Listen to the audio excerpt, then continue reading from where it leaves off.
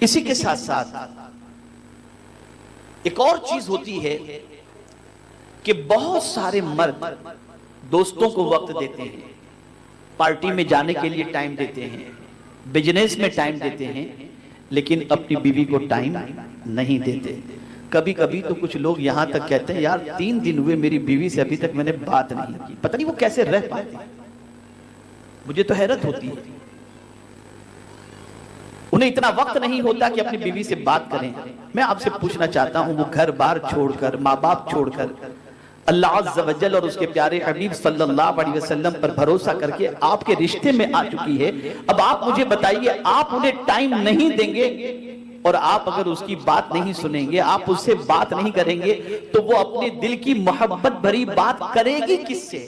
اس لیے کہ یاد رکھیں، ہر بات ہر عورت ہر کسی سے نہیں کر سکتی۔ یاد رکھیں، ہر بات ہر عورت ہر کسی سے نہیں کر سکتی۔ کچھ باتیں ماں اپنے بچے سے کر سکیں گی، کچھ باتیں ماں، کچھ باتیں عورت اپنے ماں باپ سے کر سکے گی، لیکن ساری باتیں اگر وہ کسی سے کر سکتی ہے تو ایک ہی شخص ہے جو اس کا شوہر ہے، اور وہ بھی پیار کرنے والا شوہر اگر ہو تو اس کے سامنے سے اس کی کوئی بات چھپی بھی نہیں رہے گی، ہر بات وہ اپنے شوہر کو کر کے اپنے دل کا بوجھ ہلکا کر لے گی۔ لیکن آج کا مرد اپنی بیوی کو ٹائم نہیں دیتا، اگنور کرتا ہے۔ بس اوقات تو ایسا ہوتا ہے کہ دوسری عورتوں کے لیے اس کے پاس ٹائم ہوتا ہے، ان سے بات کرتا ہے، رشتہ دار کی، فلاں کی بیوی سے، فلاں کی بہن سے، فلاں کی اس سے بات کرنے کے لیے اس کے پاس ٹائم ہے، وقت ہے، سب کچھ ہے، لیکن بیوی کے، اور پھر وہ لڑکی جب کہتی ہے فون کر کے تمہارے ہسبینڈ کا مجھے فون آیا تھا، تو وہ سر پکڑ کے بیٹھ جاتی ہے، میرے ہسبینڈ کو میرے لیے ٹائم نہیں، ادھر فون کرنے کے لیے ٹائم ہے۔ آپس میں کانفلکٹ، آپس کے اندر دشمنی، آپس میں عدم اعتماد کا سلسلہ شروع ہو جاتا ہے۔ تو اپنی بیوی کو ٹائم دو۔ آپ اگر کسی وجہ سے سفر پر رہتے ہیں تب بھی کم از کم دن میں 5 7 8 مرتبہ اپنی بیوی سے فون پر بات کر کے خیر و عافیت معلوم کرو، اس کی فکر کرو، اس کے بارے میں غور کرو، اس کے حال چال معلوم کرو۔ یہ کرنے کی وجہ سے آپ دونوں کے درمیان انڈرسٹینڈنگ بھی ہوگی اور ایک دوسرے کے درمیان اعتماد کا ماحول بھی انشاءاللہ العظیم بنے گا۔ ایک اور پرابلم ہوتا ہے، یہ میں سمجھتا ہوں کہ more than 70 to 80% آج کے دور کے نوجوان من چلے لوگوں کا یہ مزاج ہے، وہ اپنی بیوی کو پابند دیکھنا چاہتے ہیں اور خود کو آزاد رکھنا چاہتے ہیں۔ وہ چاہتے ہیں کہ میری بیوی کسی سے بات نہ کرے، بہت اچھا ہے، یہ باغیرت مرد کی علامت ہے۔ وہ چاہتے ہیں میری بیوی کسی کی فوٹو اپنے پاس نہ رکھے، باغیرت آدمی ہے، بالکل اچھا ہے، لیکن اپنی بیوی سے ہی کہے گا وہ بہت مجھے میسج کرتی ہے، کیا کروں، تمہارا کیا خیال ہے؟ فلاں کا مجھے میسج آیا، فلاں مجھے دیکھتی ہے، فلاں مجھے پرپوز کرتی ہے، فلاں مجھے یہ کرتی ہے۔ ظالم، جس طریقے سے تو اپنی بیوی کو کسی اور کے ساتھ بات کرنا پسند نہیں کرتا، تیری بیوی بھی تو یہ پسند نہیں کرتی کہ تو کسی اور کا تذکرہ کر۔ لیکن مرد خود کو آزاد رکھتا ہے اور بیوی کو پابند دیکھنے کی خواہش رکھتا ہے۔ یاد رکھیں، یہ چیز بھی شادی شدہ زندگی کو تباہ کر دینے کے لیے بہت ہی خطرناک ہے، اور ایسا طریقہ اختیار کرنے والا مرد اپنی بیوی کی نظروں سے گر جاتا ہے۔ بیوی چھوڑ کر نہیں جا سکتی، لیکن وہ وقار، وہ عزت، وہ مرتبہ، وہ مقام جو دل سے ایک شوہر کے لیے ہونا چاہیے، وہ اس بیوی کے دل کے اندر وہ مقام اور وہ عزت اور وہ مرتبہ نہیں ہوا کرتا۔ اس لیے یہ خیال رکھنا چاہیے کہ جس طریقے سے ہم اپنی بیوی کے سلسلے میں کوئی آرزو رکھتے ہیں، بیوی بھی ہمارے سلسلے میں اسی قسم کی تمنا رکھتی ہے۔ جب یہ خیال رہے تو انشاءاللہ العظیم شادی شدہ زندگی تباہ کن نہیں ہوگی، بلکہ پرسکون ایک شادی شدہ زندگی گزرتی چلی جائے گی۔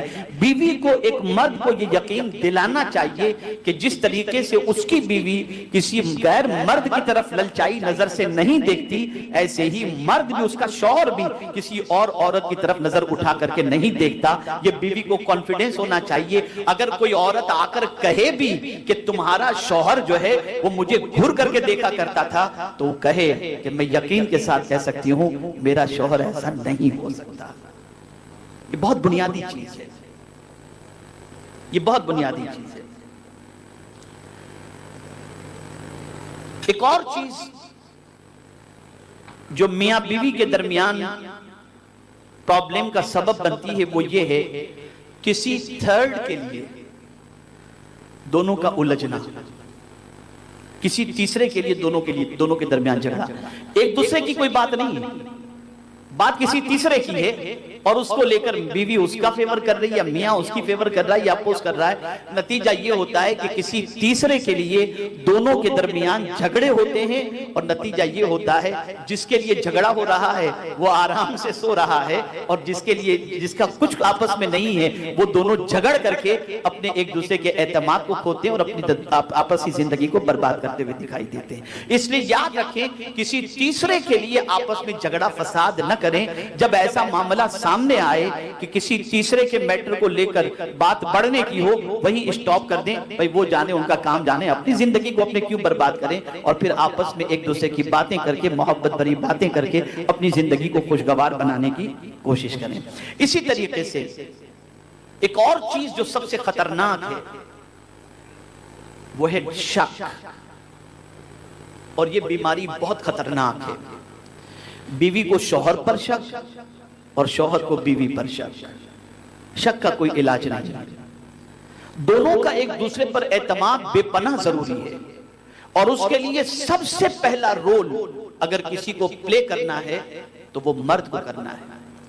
مرد اپنی لائف اس طریقے سے گزارے، اپنا موبائل کہیں بھی رکھ دے، بیوی کو چیک کرنا ہو چیک کر سکتی ہے، اسے کیا ٹینشن ہے؟ جب اس کا کسی کے ساتھ کوئی چکر یا افیئر ہے ہی نہیں تو اسے کیا ٹینشن؟ بھلے بیوی کھول کر کے دیکھے، کیا فرق پڑتا ہے؟ لیکن یہ چھپانا اور پھر اس کے بعد یہ کرنا اور وہ کرنا، اور پھر یوں چھپا کر کے میسیج اور یوں چھپا کر کے بات اور یوں پھر آہستہ بات، پھر گیلری میں جا کے بات، یہ ساری چیزیں جو ہوتی ہیں اس سے شک کریٹ ہوتا ہے۔ اس لیے مرد کو چاہیے کہ جہاں سے بیوی کو شک پیدا ہوتا ہو اور آپس میں ایک دوسرے پر اعتماد جو ہے وہ ختم ہوتا ہو، ایسا کوئی کام قطعی طور پر نہ کریں۔ اور اسی طریقے سے مرد کو چاہیے کہ اپنی بیوی کو اسٹرکٹلی اس بات کا آرڈر کر دے کہ تمہاری کوئی چیز مجھ سے چھپی ہوئی نہیں ہونی چاہیے، اور کوئی ایسا کام تم نہ کرو جس سے مجھے شک ہو۔